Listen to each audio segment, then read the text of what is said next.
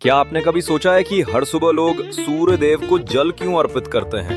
क्या ये सिर्फ एक परंपरा है या इसके पीछे कोई गहरा रहस्य छिपा है? हमारी भारतीय संस्कृति में सूर्य को केवल एक ग्रह नहीं बल्कि जीवन दाता देवता माना गया है। ऋषि मुनियों ने उन्हें पंच देवों में स्थान दिया है क्योंकि सूर्य ही वो शक्ति हैं जो समय को गति देते हैं, जीवन को ऊर्जा देते हैं और सृष्टि में संतुलन बनाए रखते हैं। जब हम सुबह स्नान करके पूर्व दिशा की ओर मुख कर सूर्य को अर्घ्य देते हैं तो वो केवल पूजा नहीं होती, वो हमारे आभार और कृतज्ञता का प्रतीक होती है। हम उस शक्ति को धन्यवाद कहते हैं जो हर दिन हमें नई रोशनी और नई शुरुआत देती है। जब सूर्य की किरणें उस जल से टकराती हैं तो वे 7 रंगों में बिखर जाती हैं।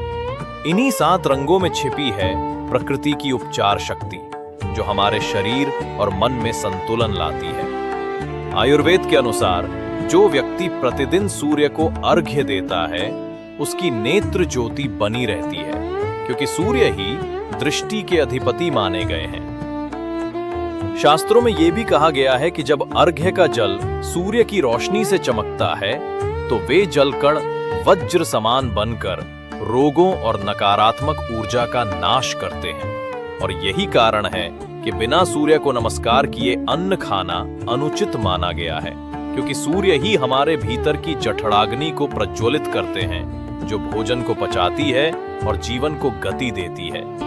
तो अगली बार जब आप सूर्य को जल चढ़ाएं, याद रखिए आप केवल जल नहीं अर्पित कर रहे बल्कि अपने जीवन, अपनी ऊर्जा और अपनी कृतज्ञता को समर्पित कर रहे हैं। ओम सूर्याय नमः। अगर आप भी रोज सूर्य को अर्घ्य देते हैं तो कमेंट में लिखिए जय सूर्यदेव और वीडियो को लाइक, शेयर और सब्सक्राइब करना मत भूलिए।